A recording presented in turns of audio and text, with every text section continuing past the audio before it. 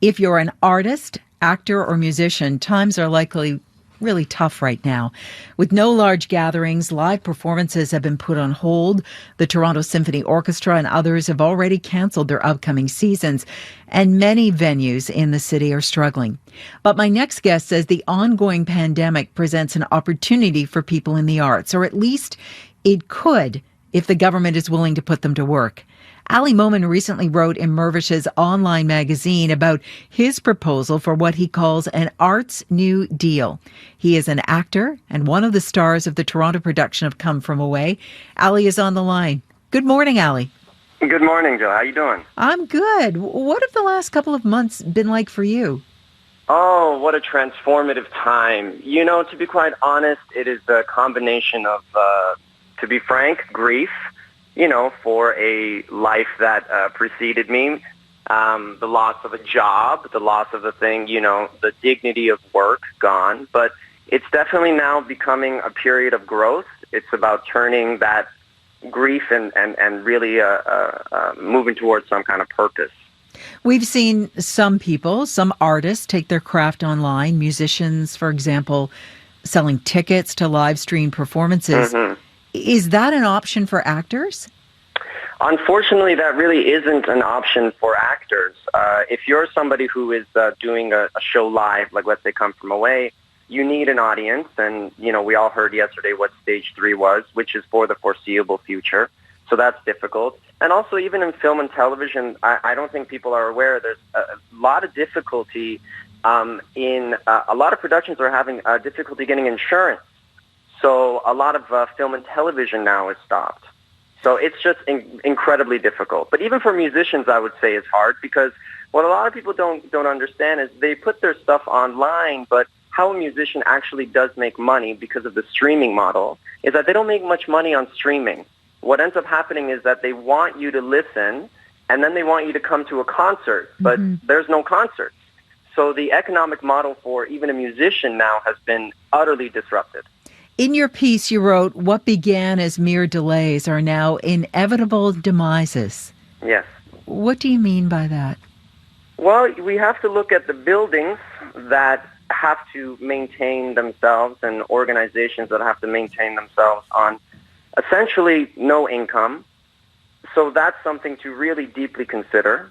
The other thing one has to think about is that after a certain point, there may be what I call a vast exodus of talent that's going to leave this industry because it simply doesn't make sense. Mm-hmm. A lot of people, I think, look at artists and they view us as these magical, mystical people, but at the end of the day, this is our job. It's what puts food on the table. It's what clothes our children. 650,000 plus jobs are in culture. 3% of our GDP is culture. And there's studies now that say that each job in culture begets 4 jobs merely because of the economic activity that surrounds it. So that's the other demise that I'm worried about. All of these people essentially just leaving the industry because there will be no industry. In this piece, you talk about your research into the Works Progress Administration, which is a U.S. national works program that was around in the 1930s. Mm-hmm. What was it about the WPA that really caught your attention? Well, initially at first, look, when Come From Away closed, I was like, oh, we're going to get a month off paid. It's going to be amazing. And then very quickly, a week after, the virus kind of tells us the truth very quickly. And I realized that, wow, we are in a very big predicament.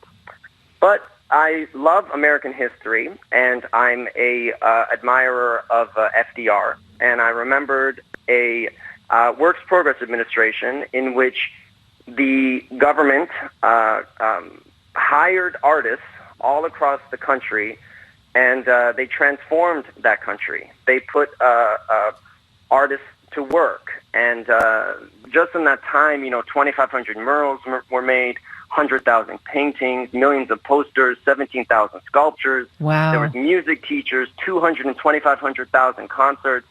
And it was amazing. Like Orson Welles did this all-black production of Macbeth out in Harlem, and they were lining up in the streets for it. but it did some other really amazing things.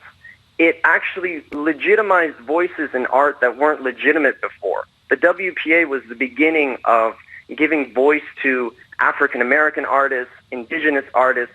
Women, for the first time, were really given a voice. Jackson Pollock was commissioned by the WPA. Mark Rothko was commissioned by the WPA. Ralph Ellison, the guy who wrote Invisible Man, he was commissioned to write the New York City Guide. Now, all of this stuff that happened in that period, not only did it employ artists, not only did it transform the country, not only did it make it beautiful, but it really was the beginning of turning America into the cultural epicenter that it never used to be. Before, it was very European. And so I say to myself, we have hundreds of thousands of the most creative, beautiful souls that do not want a handout. They want to work. And I just imagine what this country could be like if all of us can create like an arts brigade and transform this country.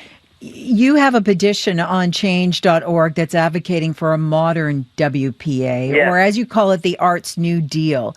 Yeah. If we don't see something like this Arts New Deal in this country, what's going to happen to the arts? Oh, it is going to be very, very, very...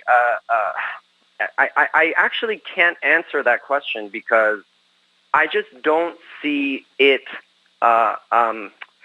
continuing in a way that people think. People have this idea that art will continue. It's a refrain that I heard all the time, that, you know what, don't worry, Ali, art will continue. People need to realize that art is not an island. It's not made in a vacuum. A perfect example is, let's say, Come From Away. Come From Away took years to make. It wasn't made in the kitchen of David and Irene who wrote it. It took years to make. There were many institutions that surrounded that development. People have been watching Hamilton. People really love Hamilton. Hamilton wasn't cooked up in Lin-Manuel's kitchen.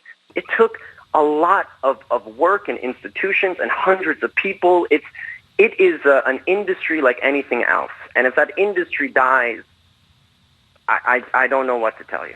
What does the loss of these creative outlets mean for other aspects of life in our city? Well, what I will say is culture is a magnet for everyone who's outside the world, outside the country, pardon me. But culture is the glue for those of us who are in it.